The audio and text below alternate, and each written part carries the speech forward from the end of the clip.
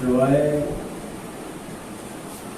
جمال کے اور سوائے حسن کے کچھ اور نہیں دیکھا. آج کی مجلس منصوب جناب زینب سلام اللہ علیہ سے. جناب زینب کی شخصیت کا اگر مطالعہ کریں تو عزیزان گرامی یاد رکھیں، جب بھی کسی ذات اور کسی شخصیت کا مطالعہ کیا جاتا ہے تو پہلے سے کچھ پیش فرض ہوتے ہیں، پہلے کچھ فرضیے ہوتے ہیں جنہیں انسان اپنے ذہن میں رکھ کر اس شخصیت کا مطالعہ کرتا ہے. مثلا اگر ڈاکٹر کی شخصیت کا مطالعہ کر رہا ہے تو فرض اس بات پر ہوگا کہ اس کا کمال ڈاکٹری ہے. اب جو مطالعہ ہوگا تو اس اعتبار سے ہوگا کہ وہ ڈاکٹر ہے، طب کے عنوان سے مطالعہ ہوگا اس کی ذات کا.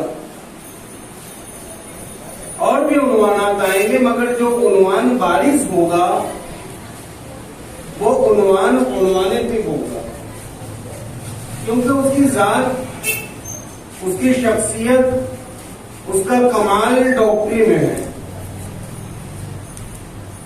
ایسے ہی جب انسان اسلامی شخصیات کا مطالعہ کرتا ہے، اسلامیات کا مطالعہ کرتا ہے، تو دو طریقوں کے افراد ہوتے ہیں جن کا اسلام سے اور اسلامیات سے تعلق ہے. یا تو وہ معصوم ہوتے ہیں یا وہ غیر معصوم ہوتے ہیں، اور دونوں کی ذات کا مطالعہ کرنے کے لیے نظریات میں زمین اور آسمان کا فرق ہو جاتا ہے. اگر معصوم کی زندگی کا مطالعہ کیا جا رہا ہے تو وہ مطالعہ کرنے کا انداز الگ ہوگا، اور اگر غیر معصوم کی زندگی کا مطالعہ کیا جا رہا ہے تو انداز مطالعہ کچھ اور ہوگا. دونوں میں بہت فرق ہوگا. زمین اور آسمان کا فرق ہوگا. اس لیے کہ جب حیات طیبہ کا، حیات معصوم کی حیات کا مطالعہ کیا جاتا ہے، معصوم کی حیات کا مطالعہ کیا جاتا ہے، تو معصوم کے اقوال کے پیش نظر، معصوم کے اقوال کے آئینے میں آپ کس کے قول کو دیکھتے ہیں؟ آپ خدا کے قول کو دیکھتے ہیں کہ معصوم نے فرمایا ہے، تو پھر لامحالہ یہ بات خدا کی ہے. اگر معصوم نے کچھ کہا ہے تو لامحالہ یہ بات خدا کی طرف سے آئی ہے. کیوں؟ اس لیے کہ یہاں پر مہر ہے کہ وَمَا يَنْطِقُ عَنِ الْهَوَىٰ إِنْ هُوَ إِلَّا وَحْيٌ يُوحَىٰ، کہ ہمارا رسول تو کچھ کہتا ہی نہیں جب تک وحی الہی نہ نازل ہو جائے. معصومین بھی اپنی طرف سے کچھ نہیں کہتے، جو کہتے ہیں خدا کا حکم ہوتا ہے، جو کہتے ہیں خدا کی بات ہوتی ہے، جو کہتے ہیں خدا کا حکم ہوتا ہے. تو یہ طریقہ، یہ انداز ہے معصوم کی حیات کا مطالعہ کرنے کا، کہ معصوم کی حیات کا ہر شعبہ، معصوم کی حیات کا ہر حصہ آپ کو خدا تک لے کر جاتا ہے. ان کے اقوال حدیث کہلاتے ہیں، ان کے افعال ہمارے لیے حجت ہوتے ہیں، ان کی تقریرات ہمارے لیے حجت ہوتی ہیں. ان کا قول بھی حجت، ان کا فعل بھی حجت، ان کی تقریر بھی حجت، ہمارے لیے ہر چیز حجت بنتی چلی جاتی ہے. اگر معصوم نے کچھ بیان کیا ہے تو اسے دیکھا جاتا ہے اس تناظر میں کہ یا تو وہ واجب ہے، یا تو وہ حرام ہے، یا تو وہ مستحب ہے، یا تو وہ مکروہ ہے، یا تو وہ مباح ہے. اسی تناظر میں دیکھا جاتا ہے معصومین کے اقوال میں. معصوم کا فعل ہے تو یا تو وہ فعل وجوب پر دلالت کر رہا ہے، یا تو وہ فعل استحباب پر دلالت کر رہا ہے. اگر معصوم کی تقریر ہے تو یا تو وہ وجوب پر دلالت کر رہی ہے، یا وہ استحباب پر دلالت کرتی ہے. تو معصوم کی حیات کا ہر گوشہ یا واجب تک پہنچاتا ہے یا مستحب تک پہنچاتا ہے. یہ معصوم کی حیات کا خاصہ ہے. اس لیے کہ ان کی مکمل حیات، ان کی مکمل زندگی، ان کی پوری حیات جو ہے وہ حکم خدا کے تحت بسر ہوتی ہے. یہ معصوم کی جب ذات کا مطالعہ کیا جائے گا تو یہ خاصیت بارز نظر آئے گی، آپ کو خصوصیت سے نظر آئے گی. مگر غیر معصوم، اگر غیر معصوم کی حیات کا مطالعہ کیا جائے تو غیر معصوم کی حیات کا جب مطالعہ کیا جاتا ہے تو اس مطالعے کا انداز الگ ہوتا ہے. غیر معصوم کا قول حجت نہیں ہوتا، غیر معصوم کا قول جو ہے وجوب تک نہیں پہنچاتا، غیر معصوم کا قول جو ہے وہ استحباب تک نہیں پہنچاتا. غیر معصوم کے ہر فعل میں فعل خدا کو تلاش نہیں کیا جاتا، غیر معصوم کے قول میں قول خدا کو تلاش نہیں کیا جاتا، کیونکہ وہ غیر معصوم ہے، وہ معصوم نہیں ہے. معصوم کے فعل میں مرضی پروردگار کو تلاش کیا جائے گا، معصوم کے قول میں قول خدا کو تلاش کیا جائے گا. مگر یہ فرق ہے، فرق سمجھ میں آ گیا ہمارے. اب چلتے ہیں اصل بات کی طرف. اب یہ دیکھیے کہ معصوم کے قول میں، معصوم کے فعل میں مرضی پروردگار، حکم پروردگار عالم تلاش کیا جاتا ہے. غیر معصوم کے قول میں نہ مرضی پروردگار تلاش کی جاتی ہے، نہ حکم پروردگار تلاش کیا جاتا ہے. وہ اس کا فعل ہوتا ہے، اس کے فعل سے خدا کے حکم کا کوئی تعلق نہیں ہوتا. ہاں، خدا کے حکم کی بجا آوری میں ہو سکتا ہے وہ مصروف ہو، یہ ہو سکتا ہے. لیکن قربان جائے کچھ ایسی شخصیتیں اسلام میں ہمیں ملتی ہیں کہ جب ان کی حیات طیبہ کا مطالعہ کیا جاتا ہے تو گرچہ کہ وہ معصوم نہیں ہے، گرچہ کہ وہ مقام عصمت پر فائز نہیں ہے، مگر جب ان کی حیات طیبہ کا مطالعہ کیا جاتا ہے تو اول حیات سے لے کر آخر حیات تک ان کی حیات کا کوئی ایسا گوشہ نظر ہی نہیں آتا کہ جہاں پر حکم خدا نہ موجود ہو.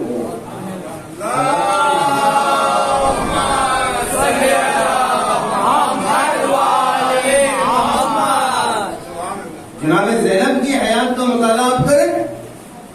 جناب زینب کی حیات میں جناب زینب کے اقوال، جناب زینب کے افعال، جناب زینب کے خطبات، آپ کو ہر چیز میں حکم خدا نظر آئے گا، آپ کو ہر چیز میں احکام پروردگار نظر آئیں گے.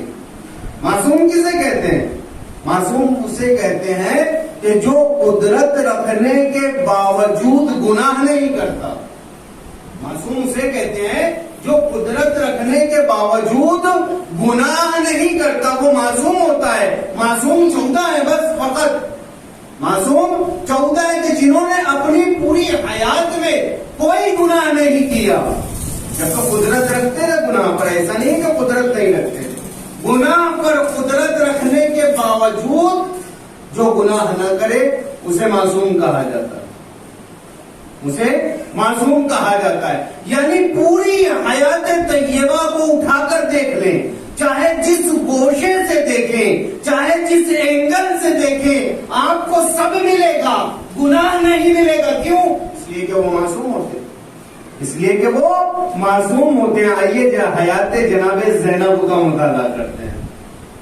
آئیے حیات جناب زینب کا مطالعہ کرتے ہیں. جنہیں مقام عصمت ملا وہ الگ ہے، انہوں نے کبھی اپنی زندگی میں گناہ نہیں کیا، مگر کربلا کی 2 شخصیات ایسی ہیں، ایک حضرت عباس ہے، ایک جناب زینب ہے، کہ پوری حیات کا جب مطالعہ کر لیا جاتا ہے تو فضائل تو ملتے ہیں، گناہ کہیں نظر نہیں آتا.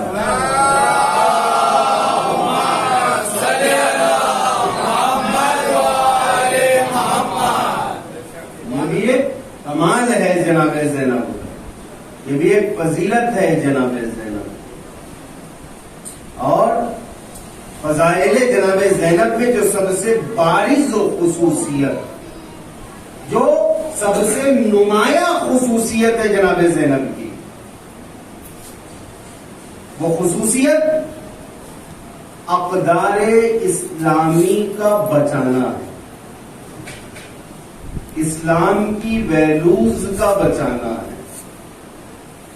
اسلام کسے کہتے ہیں؟ اسلام کیا ہوتا ہے؟ اسلام قرآن، اسلام احکامات پروردگار عالم، اسلام انبیاء کرام، اسلام ائمہ کرام، سب اسلام ہے. توحید، نبوت، امامت، قیامت، عدل، یہ سب اسلام. نماز و روزہ و حج و زکات، یہ تمام کے تمام اسلام. آپ دیکھیں کربلا میں کیا مٹایا جا رہا تھا اور کیا بچایا جا رہا تھا. کربلا میں کیا مٹایا جا رہا تھا اور کربلا میں کیا بچایا جا رہا تھا. کربلا میں نماز مٹائی جا رہی تھی، کربلا میں قرآن مٹایا جا رہا تھا. ہدف کیا تھا یزید کا؟ مقصد کیا تھا یزید کا؟ یزید کس چیز کو مٹانا چاہ رہا تھا؟ نماز کو مٹانا چاہ رہا تھا. اور نماز تو خود وہ پڑھ رہے تھے، نماز تو وہ خود پڑھ رہے تھے. آپ دیکھیں، مطالعہ کریں مقاتل کا تو آپ کو یہ ملے گا کہ یزیدی افواج بھی نماز پڑھ رہی تھی، قرآن کو مٹانا چاہ رہے تھے. قرآن کو بھی نہیں مٹانا چاہ رہے تھے، ان میں سے خود کچھ ایسے تھے جو قاری قرآن تھے، ان میں سے یزیدی افواج میں سے خود ایسے تھے جو حافظان قرآن تھے. تو قرآن کو بھی نہیں مٹانا چاہ رہے تھے، قرآن کو بھی ساتھ لے کر چل رہے ہیں، نماز کو بھی ساتھ لے کر چل رہے ہیں، اذان کو بھی ساتھ لے کر چل رہے ہیں، احکامات کو بھی ساتھ لے کر چل رہے ہیں. کس چیز کو مٹانا چاہ رہا تھا یزید؟ یزید کس چیز کو مٹانا چاہ رہا تھا؟ اگر یزید اپنے مقصد میں کامیاب ہو جاتا تو کیا چیز مٹ جاتی اور کیا باقی رہ جاتا؟ کیا مٹ جاتا اور کیا باقی رہ جاتا؟ کہے یزید نام اسلام کو نہیں مٹا رہا تھا، نام اسلام کو، یزید نام اسلام کو نہیں مٹا رہا تھا، یزید روح اسلام کو ختم کرنا چاہ رہا تھا، یزید روح اسلام کو ختم کرنا چاہ رہا تھا، یزید اسلام کے اقدار کو مٹانا چاہ رہا تھا، یزید اسلام کی ویلوز کو مٹانا چاہ رہا تھا۔ اور جناب زینب نے کیا بتایا؟ میں نے کہا نمایاں خصوصیت جناب زینب کی، جناب زینب کی نمایاں خصوصیتوں میں سے ایک خصوصیت یہ ہے کہ جناب زینب نے یزید کے تمام منصوبوں پر پانی پھیر دیا۔ یزید روح اسلام مٹانا چاہ رہا تھا اور جناب زینب روح اسلام کو بچاتی نظر آئی۔ یزید ویلوز مٹانا چاہ رہا تھا اور جناب زینب نے اسلام کی ویلوز کو زندہ کر دیا۔ یزید اقدار اسلامی مٹانا چاہ رہا تھا اور جناب زینب نے اقدار اسلامی کو زندہ کر دیا۔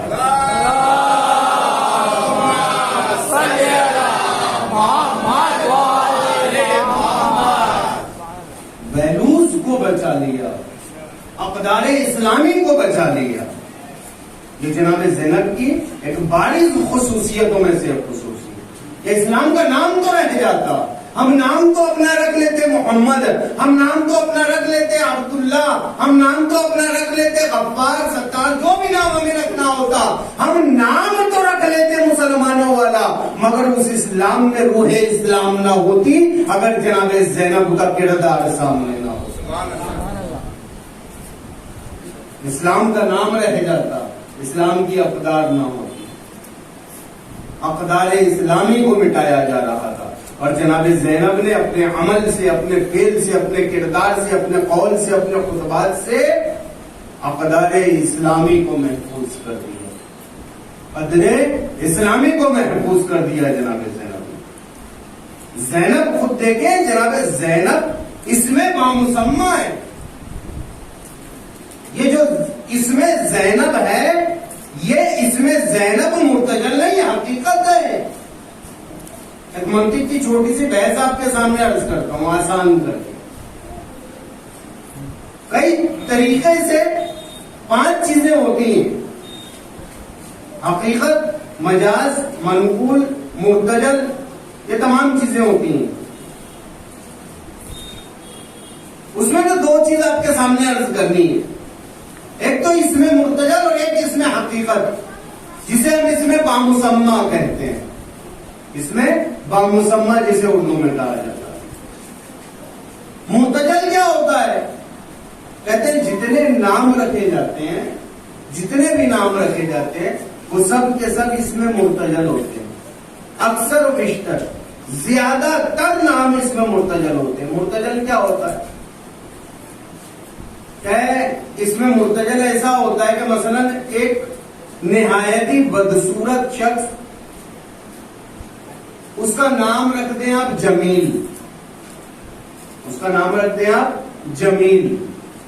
ایک نہایتی کنجوس شخص، اس کا نام رکھ دیں آپ سخی، یہ اس میں مرتجل ہے۔ یعنی نام کچھ ہے اور اس کی حقیقت کچھ اور ہے کنجوس، نام اس کا کیا رکھا؟ سخی ہے۔ ظالم، نام اس کا رکھا کریم ہے۔ بدصورت، نام اس کا رکھا حسین، جمیل، یہ اس میں مرتجل کہلاتا۔ ہمارے اکثر و بیشتر نام اس میں مرتجل ہوتے ہیں، ہمارے اکثر و بیشتر نام اس میں مرتجل ہوتے ہیں۔ ایک ہوتا ہے حقیقت۔ حقیقت یعنی کیا؟ یعنی شخص کی صورت کو دیکھ کر اس کا نام رکھا جائے۔ یہاں کیا ہوتا ہے کہ بچہ ابھی پیدا ہوا، ابھی معلوم نہیں کیسا ہوگا، ابھی معلوم نہیں ہے کیسا ہوگا، بہت توجہ کریے گا، ابھی معلوم نہیں ہے آپ کو کہ کیسا ہوگا، آپ نے اس کا نام رکھ دیا سخی۔ بڑا ہو کر وہ بن گیا کنجوس، بڑا ہو کر وہ بن گیا کنجوس. اب آپ کو کیا معلوم تھا کہ بڑا ہو کر وہ کیا بنے گا؟ آپ نے تو اپنے اعتبار سے، اپنی محبت کے اعتبار سے نام دے دیا تھا کہ میں اس کا نام رکھتا ہوں سخی. بڑا ہو کر وہ کنجوس بن گیا. آپ کو علم نہیں تھا، آپ کو معلوم نہیں تھا. آپ حقیقت نام رکھ ہی نہیں سکتے. آپ کو کیا معلوم بچپن میں یہ کیسا ہوگا؟ آپ نے بچپن میں اس کا نام رکھ دیا حسین. بڑا ہو کر وہ بدصورت ہو گیا. آپ کو معلوم تھا کہ بدصورت ہوگا؟ آپ کو نہیں معلوم تھا. آپ نے نام رکھ دیا محبت میں آ کے حسین. آپ نے نام رکھ دیا محبت میں آ کے کریم. بڑا ہو کے ظالم ہو گیا. تو آپ نام نہیں رکھ سکتے حقیقتاً. آپ کو کیا معلوم کہ 30 سال کی عمر میں یہ کیا بنے گا؟ آپ کو کیا معلوم کہ یہ بڑا ہو کر کیا بنے گا؟ ہاں اگر علم ہو جائے کہ بڑا ہو کر یہ بہت سخی بنے گا تو آپ نام رکھتے حاتم، آپ نام رکھتے سخی. اگر علم ہو تو علم نہیں ہوتا، اس لیے ہمارے یہاں نام کیا ہوتے ہیں؟ اس میں مرتجل ہوتے ہیں. حقیقت نام نہیں پایا جاتا ہمارے یہاں کیونکہ ہمیں علم نہیں ہوتا. جناب زینب کا نام زینب ہے، 2 ٹکڑوں سے بنا ہے. زینب، زین اب، ایک ٹکڑا ہے زین، ایک ٹکڑا ہے اب. زین کسے کہتے ہیں؟ زین کہتے ہیں زینت کو. اب کسے کہتے ہیں؟ اب کہتے ہیں باپ کو. زینب یعنی کیا؟ یعنی باپ کی زینت، باپ کی زینت. اب جناب زینب متولد ہوئی. جناب فاطمہ زہرا نے امام علی تشریف لائے. جناب فاطمہ زہرا نے کہا یا علی اس بچی کا نام تجویز کیجیے، اس بچی کا نام تجویز کیجیے. کون سا نام رکھا جائے گا؟ مرتجل تو رکھا نہیں جائے گا، خاندانی عصمت و طہارت. جناب علی کہتے ہیں کہ رسول اکرم کو آنے تو وہ نام رکھیں گے، میں ان سے آگے نہیں بڑھ سکتا. جناب رسول اکرم آئے، امام علی علیہ السلام نے کہا کہ یا رسول اللہ اس بچی کا نام تجویز کرو. جناب رسول اکرم کہتے ہیں کہ رک جاؤ، میں وحی الہی کا منتظر ہوں، جو خدا کہہ دے گا وہ نام رکھ دیا جائے گا. اب ایک مرتبہ وحی الہی ہوتی ہے، یا محمد بچی کا نام رکھنا باپ کی زینت.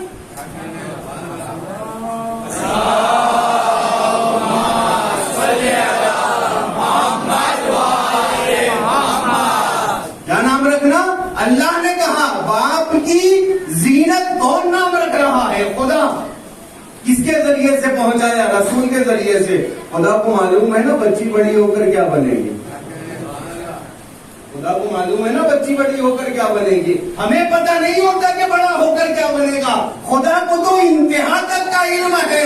تو اب اگر کسی بچی کو خداوند عالم باپ کی زینت بتا دے، باپ کی زینت، کون سے باپ کی زینت؟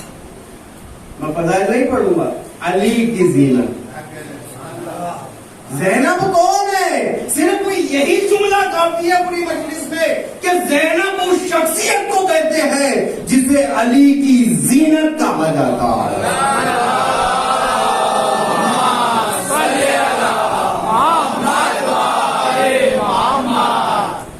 جسے علی کی زینت کہا جاتا ہے. یہ علی کی زینت ہے. زینب زینت علی ہے اور اس میں بامسمہ ہے. مکمل زندگی علی کی زینت ہے. مکمل زندگی علی کی زینت ہے، چاہے حیات ظاہری ہو یا حیات کے بعد کی بات ہو. ان کے فیضان، ان کی برکتیں جاری ہیں، ان کی برکتیں جاری ہیں، ان کے فضائل جاری ہیں، ان کے کمالات جاری ہیں. اور یہ مجلس حسین خود ثبوت ہے اس بات کا کہ سب ختم ہو گیا، لیکن فضائل جناب زینب آج بھی باقی ہیں. فضائل جناب زینب آج بھی جاری ہے. کیوں؟ اس لیے کہ باپ کی زینت ہے، امام علی کی زینت ہے. علی کون؟ ایک بادشاہ تھا. ایک بادشاہ گرچہ کے محب اہل بیت نہیں تھا، لیکن اہل بیت چاہنے والا تھا، اہل بیت کو مانتا تھا. بادشاہ ہے بہت بڑا. ایک مرتبہ نجف اشرف سے گزر ہوا، نجف اشرف سے. تو بادشاہ اپنی سواری سے اتر گیا، اپنی سواری سے اتر گیا. وزیر جو تھا وہ ناصبی تھا. وزیر نے کہا کہ اے بادشاہ آپ کیوں اتر گئے اپنی سواری سے؟ کہ کائنات کے بادشاہ کے شہر میں آیا ہوں. میں بادشاہ ہوں ایک خاص ملک کا، یہ کائنات کے بادشاہ ہیں، ان کے شہر میں آیا ہوں، اس لیے احتراماً اتر گیا. مناسبی کہتا ہے کہ معذاللہ آپ زندہ بادشاہ ہیں اور جن کے دیار میں آئے ہیں وہ مردہ بادشاہ ہیں. معذاللہ اسے نہیں معلوم کہ حیات کسے کہتے ہیں اور موت کسے کہا جاتا ہے. بہرحال بادشاہ نہیں مانتا. جب ناصری دیکھتا ہے کہ ابھی تمام لوگوں کو فضائل کا پتہ چل جائے گا، تمام لوگ متوجہ ہو جائیں گے کہ یہ کون سی شخصیت ہے جس کے احترام میں بادشاہ پیدل چل رہا ہے، تو اس نے ایک ہیلا کیا، اس نے ایک بہانہ کیا. ایک کام کریں، آپ ہر کام میں قرآن کی مدد لیتے ہیں، اس کام میں بھی قرآن کی مدد لے لیں. کیا کریں؟ کیا قرآن کھول لیتے ہیں، جو بھی آیت آئے گی اس آیت کے اعتبار سے عمل کر لیا جائے گا. اب وزیر کو معلوم تھا قرآن کی کون سی ایسی آیت آئے گی جو بادشاہ کو مجبور کر دے کہ وہ پیدل چلے. ایسی پیدل چلنے والی کوئی آیت ہے نہیں. تو بادشاہ لامحالہ اپنے گھوڑے پر سوار ہو جائے گا، کیونکہ وہ قرآن سے آشنا تھا، اسے پتا تھا کہ پیدل چلنے کے اوپر کوئی آیت نازل نہیں ہوئی ہے. بادشاہ کہتا ہے ٹھیک ہے ہم قرآن کھول دیتے ہیں. قرآن کھولا، سورہ طٰہٰ آتی ہے. کیا کہا قرآن نے؟ فَاخْلَعْنَ عَلَيْكَ يَا مُوسَىٰ، اے موسیٰ اپنی جوتیوں کو اتار دو، اِنَّكَ بِالْوَادِ الْمُقَدَّسِ طُوَىٰ، اس لیے کہ تم مقدس وادی میں جا رہے ہو.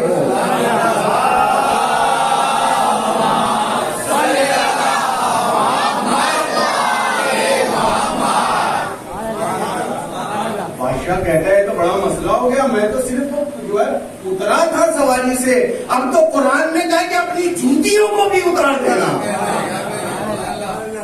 اپنی جوتیوں کو بھی اتار دینا. بادشاہ اپنی جوتیوں کو بھی اتارتا ہے اور ننگے پیر چلتا ہے. کہے کیوں؟ کہ اِنَّكَ بِالْوَادِ الْمُقَدَّسِ طُوَىٰ، آپ مقدس وادیوں میں ہیں، آپ مقدس وادیوں میں ہیں. یہ جناب زینب ایک چیز جو بیان کی رسول اکرم نے جناب زینب کے تعلق سے، وہ چیز تھی کہ جناب رسول اکرم نے کہا جناب زینب کے لیے کہ جناب زینب متشابہ ہیں جناب خدیجہ کے. جناب زینب متشابہ ہیں جناب خدیجہ کے.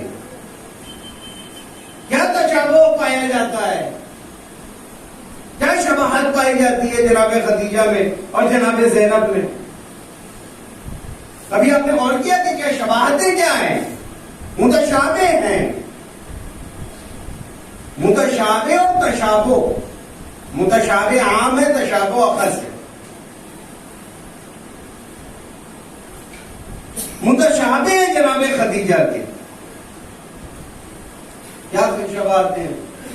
جناب خدیجہ کی جب ہم نے حیات طیبہ کا مطالعہ کیا، اس لیے کہ شباہت ڈھونڈنی ہے نا، جب جناب خدیجہ کی حیات طیبہ کا مطالعہ کیا تو ہم نے یہ دیکھا کہ جب اسلام کو پھیلانے کی بات آئی تو جناب خدیجہ آگے بڑھتی ہیں، اپنا پورا مال و متاع لگا دیتی ہیں، اپنا پورا مال و متاع لگا دیا.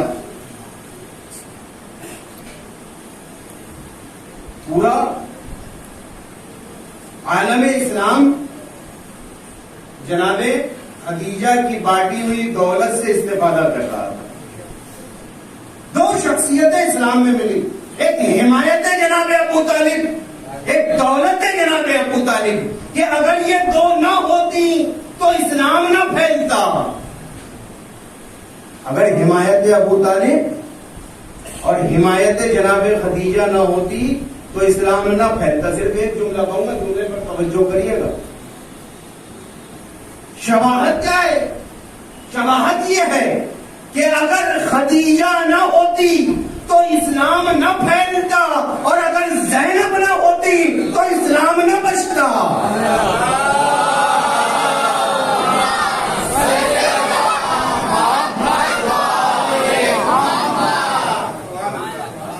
اگر خدیجہ نہ ہوتی تو اسلام پھیلتا ہی نہیں، اور اگر زینب نہ ہوتی تو اسلام بچتا ہی نہیں، اسلام نہیں بچتا۔ اور خصوصیتوں میں سے ایک خصوصیت جناب زینب کی صبر ہے، اور خصوصیتوں میں سے ایک خصوصیت جو قابل ذکر ہے یا واجب الذکر ہے وہ ہے صبر جناب زینب۔ صبر یعنی کیا ہوتا ہے؟ صبر کسے کہتے ہیں؟ کہتے ہیں کہ کسی کام کے انجام نہ دے پانے پر اپنے آپ کو الگ کر لینا، اس کا نام صبر نہیں ہے۔ مثلا آپ کچھ نہیں کر پا رہے ہیں، آپ کچھ نہیں کر پا رہے ہیں، مجبور ہیں آپ، اب کیا کرنا ہے؟ عموماً ہمارے یہاں صبر کا یہی معنی کیا جاتا ہے۔ اب آپ کچھ نہیں کر پا رہے ہیں تو آپ سے کیا کہا جاتا ہے؟ صبر کر لو۔ اب کیا کرنا؟ وہ تو کرے گا کوئی، اس لیے کہ کچھ کر نہیں سکتا، اس کے اختیار میں کچھ ہے نہیں، اس کے بس میں کچھ ہے نہیں۔ کہ جب بس میں کچھ نہیں ہو تو پھر جو کام کیا جاتا ہے وہ صبر ہے۔ کہ صبر اس کا نام نہیں ہے، صبر اس کا نام نہیں ہے۔ سب کچھ کرنے کے باوجود، سب کچھ کرنے کی قدرت رکھنے کے باوجود رضائے الہی کی خاطر اس کام سے رک جانے کا نام یہ صبر ہے۔ سب کچھ کرنے کی طاقت رکھنے کے باوجود رضائے الہی کے لیے اس کام سے رک جانا یہ صبر کہلاتا ہے۔ مثلا آپ بہت بڑے پہلوان ہیں، آپ کسی کمزور کو تکلیف پہنچا سکتے ہیں، آپ کے اختیار میں اسے تکلیف پہنچانا، لیکن صرف رضائے الہی کے لیے آپ اس کام سے باز ہو جائیں، آپ اس کام سے رک جائیں، کہ یہ حقیقی صبر ہے، یہ حقیقی صبر ہے۔ کچھ نہ کرنے کے باوجود کچھ نہ کرنا یہ صبر نہیں کہلاتا۔ آپ کو میں مثال دیتا ہوں کہ عمر عبدود کے سینے پر سوار ہو جانا، عمر ابن عبدود کے سینے پر سوار ہو جانا۔ عمر ابن عبدود نے کیا کیا تھا؟ لوہا دہن پھینک دیا تھا حضرت امام علی علیہ السلام کی طرف۔ حضرت کو غصہ آ گیا، حضرت جو اس کے سینے سے اتر کے آ گئے۔ اس کا نام صبر ہے، اس کا نام صبر ہے، اسی کو صبر کہا جاتا ہے، اسی کو صبر کہا جاتا ہے۔ صبر یعنی کیا؟ صبر یعنی طاقت تھی امام کے پاس، عمر ابن عبدود کو قتل کر سکتے تھے، مگر رضائے خدا کی خاطر اس کے سینے سے اتر کے کھڑے ہو گئے۔ یہ ہے صبر کا بارز نمونہ۔ اب جناب زینب کے صبروں کو دیکھنا ہو، پوری کربلا و کوفہ و شام کو الٹ سکتی تھی، شام پر عذاب نازل ہو سکتا تھا، کوفہ تباہ و برباد ہو سکتا تھا، مگر صرف نانا کے دین کے لیے تمام مصیبتوں کو سہ گئی۔ یہ ہے صبر جناب زینب کا علامہ۔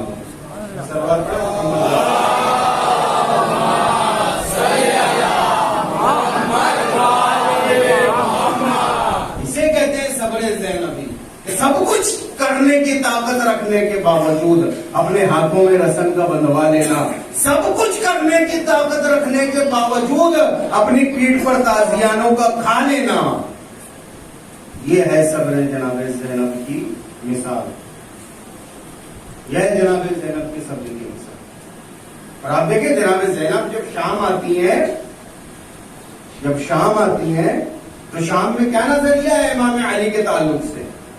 شام والے امام علی کو کیا مانتے ہیں، کیا جانتے ہیں؟ ان افراد کو کیا کس نام سے بلایا جا رہا ہے شام میں؟ ان افراد کو شام میں باغی کے نام سے بلایا جا رہا ہے، باغی کے نام سے۔ کون ہے یہ باغی ہیں، انہوں نے خروج کیا ہے اپنے زمانے کے حاکم کے اوپر۔ تو یہ نظریہ تھا شام والوں کا، عزیزان گرامی یاد رکھیں، خطبات جناب زینب کا اثر دیکھیے گا، خطبہ جناب زینب کا اثر، یہ نظریہ قوم کا ہے، فرد کا نہیں ہے، اور جو ہے نہیں کسی ایک فرد کا نظریہ نہیں تھا کہ یہ باغی ہے، پوری قوم کا نظریہ یہ تھا کہ یہ باغی ہے۔ افراد کے نظریات کو تبدیل کرنے کے لیے بھی وقت درکار ہوتا ہے، افراد کے نظریات کو بھی تبدیل کرنے کے لیے وقت لگتا ہے، چاہیے کہ قوم کے نظریات کو تبدیل کرنا، پوری قوم کا نظریہ جو ہے برسوں میں تبدیل ہوتا ہے، اس کے مراحل ہوتے ہیں، اتنا کام کرنا پڑتا ہے، اتنی تبلیغ کرنا پڑتا ہے، جب جا کے کسی قوم کے نظریات کو تبدیل کیا جاتا ہے۔ رسول اکرم کے زمانے میں دیکھیں، قوم کا نظریہ بت پرستی تھا، رسول کو کتنی تکلیف ہوئی نظریہ بدلنے میں، کتنی تکلیف کا سامنا کرنا پڑا، پتھر کھائے، جنگیں ہوئی ہیں، اپنی پوری حیات کو 63 سالہ حیات کو لگا دیا، تب جا کے لوگوں کے نظریات بدلیں۔ مگر قربان جائے جناب زینب کے خطبات کے اوپر میں کہ ابھی شام انہیں باغی کہہ رہا تھا، ابھی خطبہ دینے سے پہلے وہ قوم جو جناب زینب کو باغی کہہ رہی تھی، ایک مرتبہ جناب زینب نے اپنے خطبے کا آغاز کیا، ادھر خطبہ ختم ہوا، ادھر سب کے نظریات بدل گئے۔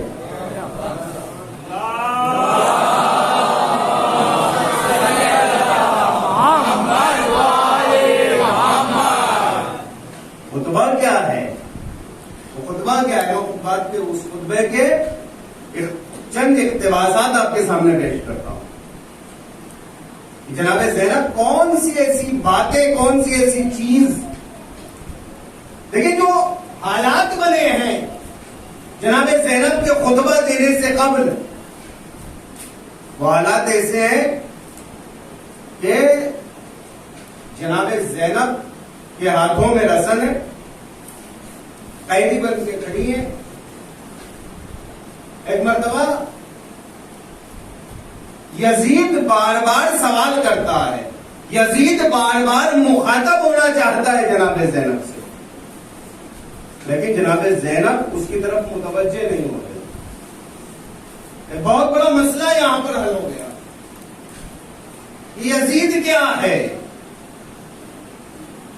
دو بادشاہ کی جنگ ہے یا کون سی جنگ ہے؟ جناب زینب نے اپنے عمل سے یہاں پر پورا مسئلہ حل کر کے بتا دیا۔ وہ بار بار متوجہ ہونے کی کوشش کرتا ہے، خطاب کرنے کی کوشش کرتا ہے جناب زینب کو، جناب زینب متوجہ نہیں ہوتی، اس کی طرف توجہ نہیں کر رہی۔ ایک مرتبہ وہ کہتا ہے کہ تم میں زینب کون ہے؟ تم میں زینب کون ہے؟ جناب زینب نے جواب نہیں دیا، جناب زینب نے جواب نہیں دیا۔ مرتبہ وہ سلام کرتا ہے، ایک مرتبہ وہ سلام کرتا ہے جناب زینب کو، اب دوسرے اینگل سے وہ بات کرنے کی کوشش کر رہا ہے جناب زینب سے، سلام کرتا ہے، السلام علیک یا بنت رسول اللہ۔ جناب زینب نے اس کے سلام کا جواب نہیں دیا، پورا مسئلہ حل ہو گیا، پورا مسئلہ حل ہو گیا۔ جتنے سوالات کیے جاتے ہیں یزید کے بارے میں، وہ پورا مسئلہ حل ہو گیا۔ جناب زینب نے سلام کا جواب نہیں دیا۔ اب میرا آپ سے سوال یہ ہے کہ سلام کا جواب دینا کیا ہے؟ سلام کا جواب دینا کیا ہے؟ سلام کرنا مستحب ہے، مگر سلام کا جواب دینا واجب ہے۔ کیا جناب زینب کو یہ چھوٹا سا مسئلہ معلوم نہیں تھا؟ کہے بالکل معلوم تھا زینب کو، مگر جناب زینب بتا رہی تھی کہ سلام کرنے والے کی پوری حقیقت کو کھولنا ہے، تا قیامت آنے والے لوگوں کو بتانا ہے کہ یزید کون ہے اور یزید کی حقیقت کیا ہے۔ مطلب اس نے سلام کیا، سلام کا جواب نہیں دیا. کیوں جواب نہیں دیا؟ کیا جناب زینب کو مسئلہ نہیں معلوم تھا؟ جناب زینب کو مسئلہ معلوم تھا کہ مسلمان کے سلام کا جواب دینا واجب ہوتا ہے، اور زینب جس کو مسلمان نہ سمجھے.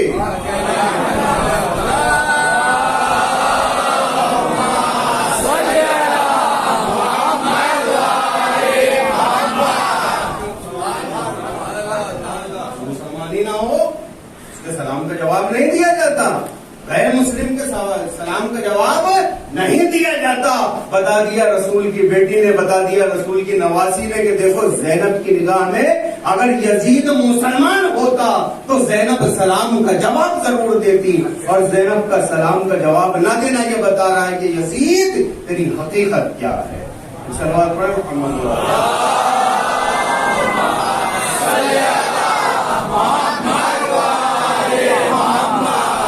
تھوڑا سا آگے تشریف لیں آپ لوگ.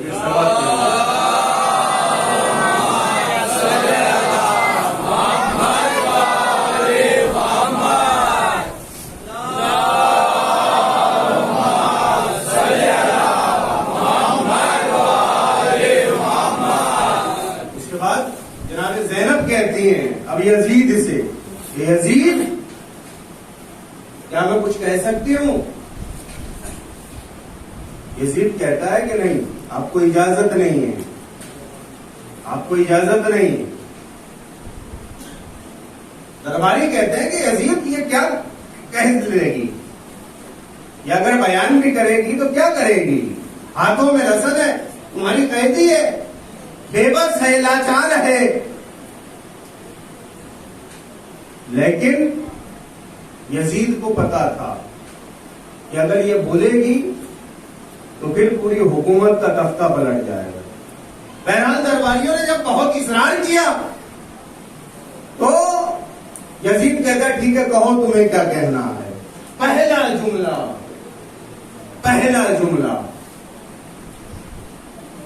جناب زینب کا، جناب زینب کہتی ہے یبنت اللقا، یبنت اللقا. یزید کو نام سے پکارا نہیں، کہتی ہیں یبنت اللقا. اللقا جمع ہے طلق کی. کون ہے یہ؟ یزید کی حقیقت کو بیان کرتی ہے، یزید کی حقیقت کو بیان کرتی ہے. کسے کہا جاتا ہے؟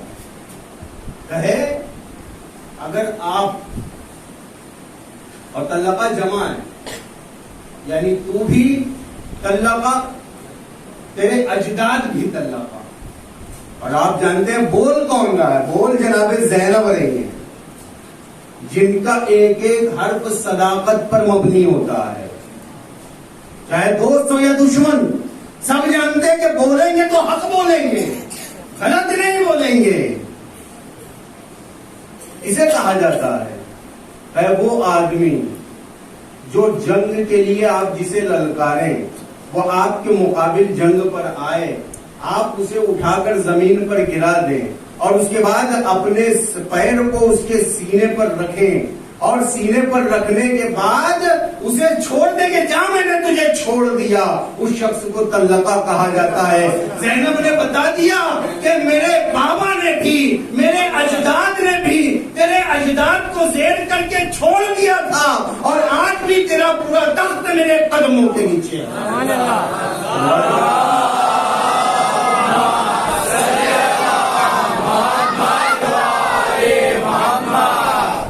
سمجھ رہا تھا کہ حکومت میری ہے، یہ سمجھ رہا تھا شام میرا ہے، یہ سمجھ رہا تھا فوج میری ہے، یہ سمجھ رہا تھا کہ ہر چیز پر میری حکومت ہے.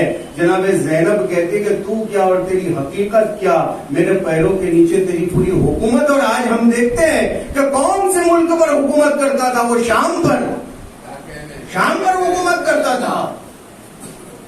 اس کی فوج تھی شام میں، اس کا قصر تھا شام میں، اس کا محل تھا شام میں، اس کی پوری حکومت تھی شام میں. مگر آج جب شام جاتے ہیں تو آپ کیا دیکھتے ہیں؟ جگہ جگہ دروازوں پر لکھا ہوتا ہے ویلکم ٹو سٹی آف سیدہ زینب. سلوات پڑھیں محمد والا.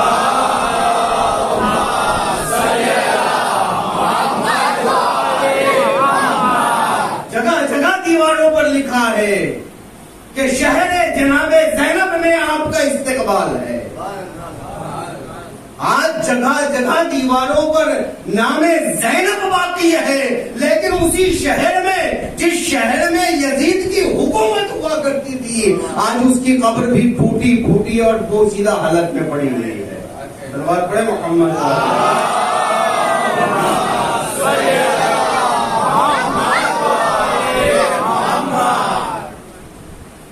اس کے بعد جناب زینب کہتی ہیں کہ حمد ہے اللہ کے لیے جو عالمین کا پروردگار عالم ہے. کتنی عجیب و غریب منزل ہے، اور کتنے عجیب و غریب افراد ہیں. یہ کربلا سے لے کے کوفہ اور کوفے سے لے کے شام تک یہ مصیبتوں کی ستائی ہوئی زینب ہے. جب بات کی شروعات کرتی ہیں تو کہتی ہیں کہ الحمد ہے اللہ کے لیے جو عالمین کا پروردگار عالم ہے. اسے کہتے ہیں شکر کا سمجھ، شکر کی سمجھ. اسے کہتے ہیں شکر کی سمجھ، اسے کہتے ہیں حق کے شکر کا ادا کرنا. کے بعد شروع کی تو پہلے حمد کی اللہ کی کہ اللہ عالمین کا پروردگار ہے، اور خدا کی رحمت ہو، اس کا درود ہو اس کے رسول پر اور اس کی ساری آل کے اوپر میں. سچ کہا اللہ سبحانہ نے کہ جو اس طرح کہتا ہے کہ تم مکانا عاقبت الذین اساءوا السوء ان کذبوا بآیات اللہ وکانوا بہ یستہزئون. کہتے ہیں کہ پھر عاقبت و انجام ان لوگوں کا جنہوں نے برے کام کیے تھے. اسے کہہ رہی ہے جناب زینب، صاف صاف یزید کے منہ پر کہہ رہی ہے، آیت قرآنی کے روشنی میں کہہ رہی ہے کہ تمہاری عاقبت کیا ہوگی، تمہارا انجام کیا ہوگا کہ تم لوگوں نے برے کاموں کو انجام دیا ہے. انہوں نے اللہ کی آیات کی تکذیب کی اور وہ ان کا مذاق اڑاتے تھے. کہتے ہیں اس کے بعد جناب زینب کہتی ہے کہ کیا تو گمان کرتا ہے کہ اے یزید جب تو نے زمین کے اطراف اور آسمان کے آفاق ہم سے چھین لیے. توجہ ہے نا، بہت غور سے سنیے گا کیا کہہ رہی ہے ہماری شہزادی. کہتی ہے کہ اے یزید جب تم نے زمین کے اطراف اور آسمان کے آفاق ہم سے چھین لیے، بس ہم اس طرح ہانکے جاتے جیسے قیدی ہانکے جائیں، تاکہ تم یہ سمجھ لو کہ ہم اللہ کے یہاں ذلیل و خوار ہیں اور تیری اس کے یہاں کرامت و عزت ہے. تو یہ جان لے اور یہ چیز اس کے یہاں تیری قدر و منزلت کی عظمت ہے. تو بس تو نے اپنی ناک اونچی کر لی اور اپنے اطراف میں ناز سے دیکھنے لگا، اور تو شاد و خوش ہے کہ دنیا نے تیری طرف رخ کر لیا. یعنی تو یہ سمجھتا ہے کہ تیرا کمال یہ ہے، تیرا انعام یہ ہے کہ تیری طرف دنیا نے رخ کر لیا. تو بس تو ٹھہر جا. کیا تو خدائے وحدہ لا شریک کا ارشاد بھول گیا کہ گمان نہ کرو ان لوگوں کے بارے میں جنہوں نے کفر کیا ہے، ہم نے جو زیادہ مال انہیں دیا ہے وہ ان کے لیے بہتر ہے. ہم نے تو انہیں مال اس لیے دیا ہے تاکہ ان کے گناہ میں اضافہ ہو سکے. یہ پورا خطبہ ہے، دامن وقت میں گنجائش بالکل نہیں ہے، ورنہ میں آپ کو پورا خطبہ سناتا کہ جناب زینب کیا فرما رہے ہیں. یہ خطبات ہیں، کبھی مقاتل کی کتابوں میں مطالعہ کریں جناب سید سجاد کے خطبے کا، کبھی جناب ام کلثوم کے دیے ہوئے خطبوں کا، کبھی جناب زینب کے خطبوں کا. ایک زندگی عطا ہوتی ہے، ایک روشنی عطا ہوتی ہے، زندگی گزارنے کے لیے رہنمائی ملتی ہے. 10,000 مظلوم کربلا ماسٹر جناب زینب. اب دیکھیں جناب امام حسین کے ساتھ ساتھ کربلا سے چلی، مدینے سے چلی، مدینے سے مکہ آئی، مکہ سے کربلا.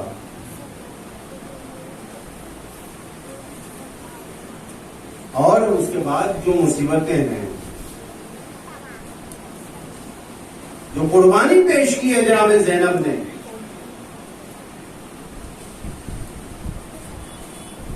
مرتبہ انہوں محمد کا ہاتھ پکڑ کر اپنے بھائی کی خدمت میں لائی.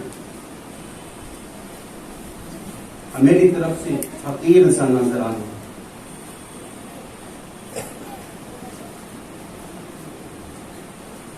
اور محمد شہید ہو گئے. شہادت کو بھی زینب نے دیکھا.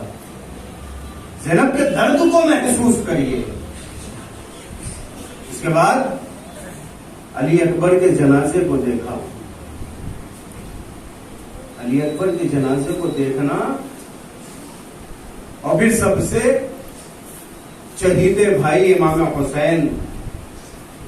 ایک مرتبہ امام حسین نے جناب فضہ سے کہا کہ فضہ میرے صندوق میں ایک لباس رکھا ہے, وہ لباس لے آؤ. اور دیکھو زینب سے چھپا کر لانا کہ زینب کی نظر اس لباس پر نہ پڑے. ایک مرتبہ زینب سے چھپا کر فضہ وہ لباس لے کر چلی ہے. جناب زینب کی نظر پڑتی ہے. فضہ سے پوچھا کیا لے جا رہی ہو؟ فضہ نے کچھ نہیں کہا, کہے شہزادی کچھ نہیں ہے. ایک مرتبہ جناب زینب کا جملہ سنو گی. ایک مرتبہ جناب زینب کہتی ہے کہ یہ کیوں نہیں کہتی کہ میرے بھائی کا کفن لے جا رہی ہے؟ فضہ یہ کیوں نہیں کہتی کہ میرے بھائی کا کفن لے جا رہی ہے؟ ہاں, اسی بھائی کو سوار کیا گھوڑے پر اور اس کے بعد اب مقتل میں آتی ہے. اب مقتل میں جو جو منظر جناب زینب نے دیکھا ہے خدا کسی بہن کو وہ منظر نہ دکھائے. ایک مرتبہ جناب زینب قلعہ زینبیہ پر کھڑی ہے. حسین کا گلا ہے, شمر کا خنجر ہے اور شمر رک رک کر حسین کا گلا کاٹتا ہے. ارے مقاتل میں لکھا ہے کہ حسین کبھی آنکھوں کو بند کر لیتے تھے, کبھی آنکھوں کو کھول دیا کرتے تھے. اور ادھر زینب وہ منظر دیکھ رہی ہے. ایک مرتبہ چیخ کر کہتی ہے عمر سعد, ارے میرا بھائی ذبح ہو رہا ہے اور تو کھڑا دیکھ رہا ہے. ارے 2 قطرہ پانی کا میرے بھائی کو پلا دے. اجرکم اللہ. عزیزان گرامی, وہ منظر بھی جناب زینب نے دیکھا. اب حسین کی شہادت کے بعد اب شام غریبہ کا منظر ہے. اب شام غریبہ میں جناب زینب ہے, کس کو سنبھالے اور کس کو نہ سنبھالے. ارے خیام میں آگ لگائی جانے لگی. ایک خیمے کے بعد دوسرا خیمہ جلتا تھا. زینب ایک خیمے سے دوسرے خیمے میں جاتی تھی.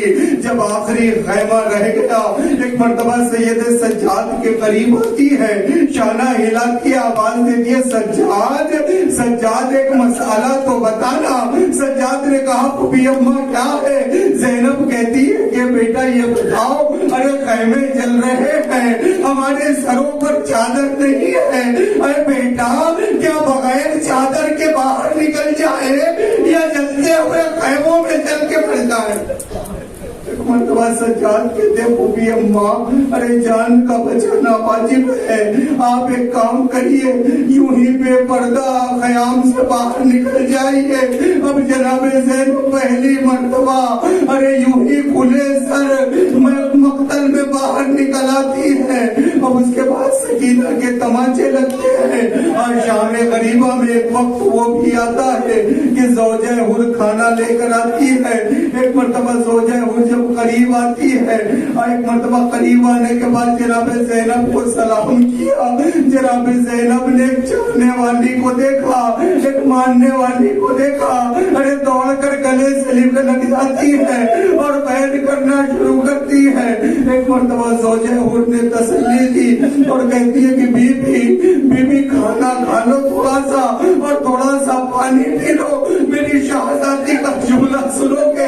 ایک مرتبہ شہزادی زینب کہتی ہے ارے جس کی آنکھوں کے سامنے ارے 18 جوان کو دیکھ کر دیا گیا ہو, ارے وہ کس طریقے سے کھانا کھا لے. ایک مرتبہ زوجہ حر کہتی ہے بی آپ نے کچھ نہیں کھایا, آپ کی وجہ سے بچے بھی کچھ نہیں کھا رہے. بی تھوڑا سا کھانا اور پانی بچوں کو کھلا دیجیے. ایک مرتبہ جناب زینب نے ایک چھوٹے سے کوزے میں تھوڑا سا پانی لیا, سکینہ کے قریب آئی, سکینہ کا شانہ ہلایا, سکینہ اٹھو پانی پی لو, بس پانی کا نام سننا تھا. ایک مرتبہ سکینہ دریا کی طرف دوڑی. زینب نے آواز دی بیٹا کہاں؟ جناب سکینہ کہتی ہے پھوپھی اماں ابھی آپ ہی نے کہا پانی آ گیا. ارے کیا میرا چچا واپس آ گیا؟ اجرکم اللہ. زینب کہتی ہے بیٹا تمہارا چچا تو نہیں آیا, اور تھوڑا سا پانی دے کر گئی ہے. سکینہ کو پانی کا پوزا دیا. ایک مرتبہ جناب سکینہ کہتی ہے کہ پھوپھی اماں آپ نے پانی پی لیا.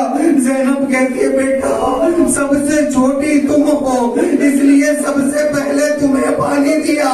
بس سکینہ نے وہ پوزا لیا, مقتل کی طرف چلی.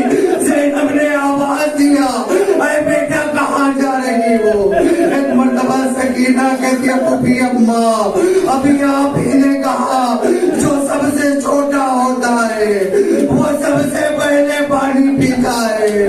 پھوپھی اماں ارے میرا بھیا علیہ السلام. اللہ عزیزان گرامی یہ مصیبت یہیں پر ختم نہیں ہوتی.